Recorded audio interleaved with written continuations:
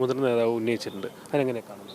ഞാൻ പറഞ്ഞല്ലോ, കേരളത്തിലെ കോൺഗ്രസിനെ സംബന്ധിച്ചിടത്തോളം ഒട്ടനവധി കാര്യങ്ങളുണ്ട്. നിങ്ങൾ മാധ്യമങ്ങൾ ഉണ്ടാക്കുന്ന ചില ചർച്ചകളും കാര്യങ്ങൾക്ക് അപ്പുറത്തേക്ക് പോകലല്ല. ഞങ്ങളെ സംബന്ധിച്ചിടത്തോളം ഉത്തരവാദിത്തത്തോടു കൂടി ചെയ്യേണ്ട ഒരുപാട് കാര്യങ്ങളുണ്ട്.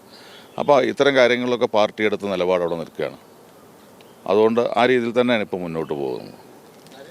നിയമസഭാ തെരഞ്ഞെടുപ്പിന് ഒരുക്കങ്ങളുടെ ഭാഗമായി ഒരു ലീഡേഴ്സ് സമ്മിറ്റ്, ലക്ഷ്യ ലീഡേഴ്സ് സമ്മിറ്റ് KPCC തുടക്കം കുറിച്ചിരിക്കുകയാണ്. ഇന്നും നാളെയുമായി വയനാട്ടിലെ സുൽത്താൻ ബത്തേരിയിൽ നടക്കുന്ന ഈ ക്യാമ്പിലായിരിക്കും വരുന്ന നിയമസഭാ തെരഞ്ഞെടുപ്പിലേക്കുള്ള അതിനുവേണ്ടിയുള്ള തന്ത്രങ്ങൾ രൂപീകരിക്കുക, സ്ഥാനാർത്ഥി നിർണ്ണയത്തിൻ്റെ മാനദണ്ഡങ്ങൾ ഉൾപ്പെടെയുള്ള കാര്യങ്ങളൊക്കെ രൂപീകരിക്കുന്ന വളരെ നിർണായകമായ ഒരു ക്യാമ്പാണ്. അത് കഴിഞ്ഞ തദ്ദേശ തെരഞ്ഞെടുപ്പിന് മുന്നോടിയായും 2 ദിവസത്തെ ക്യാമ്പ് ഇതേ സ്ഥലത്ത് വെച്ച് തന്നെ നടത്തിയിരുന്നു. വലിയൊരു വിജയമാണ് തദ്ദേശ തെരഞ്ഞെടുപ്പിൽ ഉണ്ടായിരിക്കുന്നത്. നമ്മോടൊപ്പം ഇപ്പോൾ ചേരുന്നത് KPCC വർക്കിംഗ് പ്രസിഡന്റ് AP അനിൽകുമാറാണ്.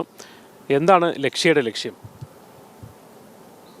2024 ഞങ്ങളിവിടെ തദ്ദേശ സ്വയംഭരണ തെരഞ്ഞെടുപ്പ് മുന്നിൽ കണ്ടുകൊണ്ട് കേരളത്തിലെ കോൺഗ്രസ് നേതാക്കളെല്ലാം ഒരുമിച്ച് ചേർന്നുകൊണ്ട് വളരെ നിർണായകമായ ഒരു തെരഞ്ഞെടുപ്പ് എന്നുള്ള രീതിയിൽ എങ്ങനെ നേരിടണം, ഏതെല്ലാം രീതിയിൽ സമീപിക്കണം എന്ന് ആലോചിക്കുകയും അതുമായി ബന്ധപ്പെട്ട് മിഷൻ 2025 രൂപം കൊടുക്കുകയും ചെയ്തു.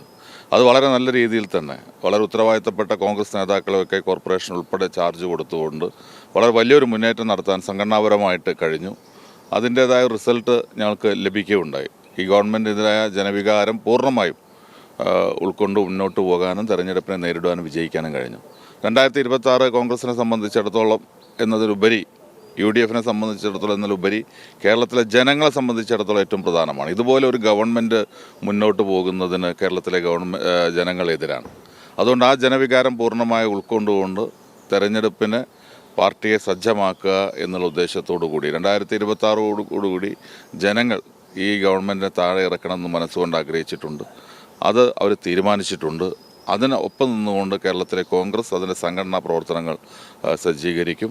ആ ലക്ഷ്യം വെച്ചുകൊണ്ട് തന്നെ ഈ ഗവൺമെൻറ്റിനെ താഴെ ഇറക്കുക, ജനവിരുദ്ധ ഗവൺമെൻറ്റിനെ താഴെ ഇറക്കുക എന്നുള്ള ലക്ഷ്യം വെച്ചുകൊണ്ട് തന്നെ കേരളത്തിൽ കോൺഗ്രസും UDFും മുന്നോട്ട് പോകുന്നതിൻ്റെ ഭാഗമായിട്ടാണ് കോൺഗ്രസ് കേരളത്തിലെ ഏറ്റവും പ്രധാനപ്പെട്ട നേതാക്കൾ ഇന്ന് നാളെയുമായി ഇവിടെ സമ്മേളിക്കുന്നതും വളരെ പ്രധാനപ്പെട്ട രാഷ്ട്രീയ കാര്യങ്ങളൊക്കെ ചർച്ച ചെയ്യുന്നു.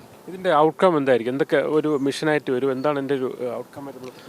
ഞങ്ങളെ സംബന്ധിച്ചിടത്തോളം ഇന്നും നാളെയുമായിട്ടുള്ള ചർച്ചയിൽ കേരളത്തിലെ തദ്ദേശ സ്വയംഭരണ തെരഞ്ഞെടുപ്പിലുണ്ടായിട്ടുള്ള വലിയ മുന്നേറ്റം ഞങ്ങൾ വിലയിരുത്തും. അതോടൊപ്പം നിയമസഭാ തെരഞ്ഞെടുപ്പിനെ എങ്ങനെ നേരിടണം എന്നുള്ള കാര്യത്തെക്കുറിച്ച് ആലോചിക്കും. അതോടൊപ്പം ഇന്ന് ഈ ഗവൺമെൻറ്റിനെതിരായിട്ടുള്ള ഒട്ടനവധി സമര പരിപാടികൾ ജനങ്ങൾ ആഗ്രഹിക്കുന്നുണ്ട്. ജനങ്ങളുടെ മനസ്സിനകത്തുള്ള ആ പ്രതിഷേധം ഏതെല്ലാം രീതിയിൽ പ്രകടിപ്പിക്കാൻ കഴിയും, അതിന് ഏതെല്ലാം രീതിയിൽ മുന്നോട്ട് പോകണം എന്നുള്ള കാര്യങ്ങളെക്കുറിച്ചൊക്കെ ഈ ക്യാമ്പ് ചർച്ച ചെയ്യും. സ്ഥാനാർത്ഥി നിർണ്ണയത്തിൻ്റെ ഒരു മാനദണ്ഡങ്ങളും ഇതിൽ രൂപപ്പെടും. സ്ഥാനാർത്ഥി നിർണ്ണയം എന്ന് പറയുന്നത് പൂർണ്ണമായും ഓൾ ഇന്ത്യ കോൺഗ്രസ് കമ്മിറ്റിയാണ്. അവർ അതുമായി ബന്ധപ്പെട്ട കമ്മിറ്റികൾ ഇന്നലെ അനൗൺസ് ചെയ്തു. അപ്പോൾ പക്ഷേ ഞങ്ങൾ ഈ സന്ദർഭത്തിൽ ഓർക്കുകയാണ്, കഴിഞ്ഞ 2024 നടന്ന തദ്ദേശ സ്വയംഭരണ തെരഞ്ഞെടുപ്പിലാണ് ഇവിടെ താഴെത്തട്ടിലുള്ള വാർഡ് തലങ്ങളിൽ നിന്നായിരിക്കണം സ്ഥാനാർത്ഥികളെ നിർണ്ണയിക്കേണ്ടത് എന്ന് തീരുമാനമെടുത്തത്. ആ തീരുമാനം ഏതാണ്ട് 95% പാലിക്കാൻ ഞങ്ങൾക്ക് കഴിഞ്ഞു. ചില തർക്കങ്ങളിൽ മാത്രമാണ് KPCCക്ക് വരെ ഇടപെടേണ്ടി വന്നത്. അപ്പോൾ സ്വാഭാവികമായും അത്തരത്തിലുള്ള ആളുകളുടെ അഭിപ്രായങ്ങൾ രൂപപ്പെട്ടു വരും എന്നുള്ള കാര്യത്തിൽ സംശയമില്ല. MP മാർ മത്സരിക്കുമോ ഇല്ലേ എന്നുള്ളൊരു സസ്പെൻസ് നിലനിൽക്കുന്നുണ്ട്. ആ കാര്യത്തിലേക്ക് ഒരു തീരുമാനം ഉണ്ടാവും? അത്തരം കാര്യങ്ങളിലൊന്നും കോൺഗ്രസിനെ സംബന്ധിച്ചിടത്തോളം ഒരു ആശങ്കയുമില്ല. ഇത് മാധ്യമങ്ങൾ ഉണ്ടാക്കുന്ന കുറേ കാര്യങ്ങളാണ്. ആര് തീരുമാനിക്കണം എന്നുള്ളത് AICCയുടെ ഇലക്ഷൻ കമ്മിറ്റി താഴെ വിടുന്ന പേര് നിർദ്ദേശിക്കുന്നതനുസരിച്ച് അതുപോലെ AICC ആണ് ഫൈനലായിട്ട് പ്രഖ്യാപിക്കേണ്ടത്. അപ്പോൾ അതൊരു ചർച്ചയല്ല, മാധ്യമങ്ങൾ ഉണ്ടാക്കുന്ന ഒരു ചർച്ചയ്ക്കപ്പുറത്ത് അത്തരം കാര്യങ്ങൾക്കൊന്നും ഒരു പ്രസക്തിയില്ല. സോഷ്യൽ എഞ്ചിനീയറിംഗ് എന്ന പേരിൽ CPM മുന്നോട്ട് വയ്ക്കുന്ന ഒരു സമീപനം ഉണ്ടായിരുന്നു. ഇപ്പോൾ വെള്ളാപ്പള്ളി നടേശനുമായി ബന്ധപ്പെട്ട് മറ്റുമൊക്കെ അതേ രീതി വെള്ളാപ്പള്ളി നടേശൻ ഇപ്പോൾ തുടരുന്നുണ്ട്. അപ്പോൾ ഇതിനൊക്കെ എങ്ങനെയാണ് കോൺഗ്രസ് നോക്കി കാണുന്നത്? അല്ല, ഇത് കോൺഗ്രസ് നോക്കി കാണുന്നതനുസരിച്ചൊക്കെ അതിനപ്പുറത്ത് ഞാൻ പറഞ്ഞല്ലോ, കേരളത്തിലെ ജനങ്ങൾ ഇതിനൊക്കെ നോക്കി കാണുന്നുണ്ട്. കേരളത്തിലെ CPMൻ്റെ ഭാഗത്തു നിന്ന് ലഭിക്കേണ്ടതായ ചില കാര്യങ്ങളുണ്ട്. ഒരു മതേതര നിലപാട് കേരളത്തിലെ കാലത്തും എന്തുകൊണ്ട് എല്ലാ വിഭാഗം ജനങ്ങൾ ഉയർത്തിപ്പിടിക്കുന്നു. അതിനെതിരായ നിലപാടെടുക്കുന്നവരെ സംരക്ഷിക്കുന്ന ഒരു സമീപനം രാഷ്ട്രീയ താല്പര്യത്തിൻ്റെ പേരിൽ CPM എടുക്കുന്നു എന്നുള്ളതാണ് CPMൻ്റെ ഏറ്റവും വലിയ പാളിച്ചയായി എനിക്കൊന്ന് ചൂണ്ടിക്കാണിക്കാൻ കഴിയും. അപ്പോൾ അത്തരം കാര്യങ്ങൾക്കെതിരെയൊക്കെയുള്ള ജനങ്ങളുടെ ഒരു വികാര പ്രകടനം കേരളത്തിൽ കഴിഞ്ഞ ഇലക്ഷനിൽ ഉണ്ടായിട്ടുണ്ട്. അത് ഈ വരാനിരിക്കുന്ന തെരഞ്ഞെടുപ്പിലുണ്ടാവും. ഒറ്റ കാര്യം കൂടി, ഈ രാഹുൽ മാങ്കൂട്ടത്തിൽ തിരിച്ചെടുക്കണമെന്നൊരു അഭിപ്രായം ഒരു മുതിർന്ന നേതാവ് ഉന്നയിച്ചിട്ടുണ്ട്. അതിനെങ്ങനെ കാണുന്നു? ഞാൻ പറഞ്ഞല്ലോ, കേരളത്തിലെ കോൺഗ്രസിനെ സംബന്ധിച്ചിടത്തോളം ഒട്ടനവധി കാര്യങ്ങളുണ്ട്. നിങ്ങൾ മാധ്യമങ്ങൾ ഉണ്ടാക്കുന്ന ചില ചർച്ചകളും കാര്യങ്ങൾക്ക് അപ്പുറത്തേക്ക് പോകലല്ല. ഞങ്ങളെ സംബന്ധിച്ചിടത്തോളം ഉത്തരവാദിത്തത്തോടു കൂടി ചെയ്യേണ്ട ഒരുപാട് കാര്യങ്ങളുണ്ട്. അപ്പോൾ ഇത്തരം കാര്യങ്ങളിലൊക്കെ പാർട്ടി എടുത്ത നിലപാട് അവിടെ നിൽക്കുകയാണ്.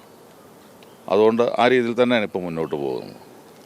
എന്തായാലും 2026 നിയമസഭാ തെരഞ്ഞെടുപ്പ് വിജയിക്കുന്നതിനാവശ്യമായ തന്ത്രങ്ങൾ രൂപീകരിക്കുക, മറ്റു വിവാദങ്ങളുടെ ഇടയിലേക്ക് പോകേണ്ടതില്ല എന്നൊരു പൊതു സമീപനമാണ് ക്ഷമിക്കുന്ന AP അനിൽകുമാർ പങ്കുവയ്ക്കുന്നത്. ജിഷ്ണു മീനങ്ങാടിക്കൊപ്പം മുഹമ്മദ് അസ്ലം, മീഡിയ 1 കോഴിക്കോട്.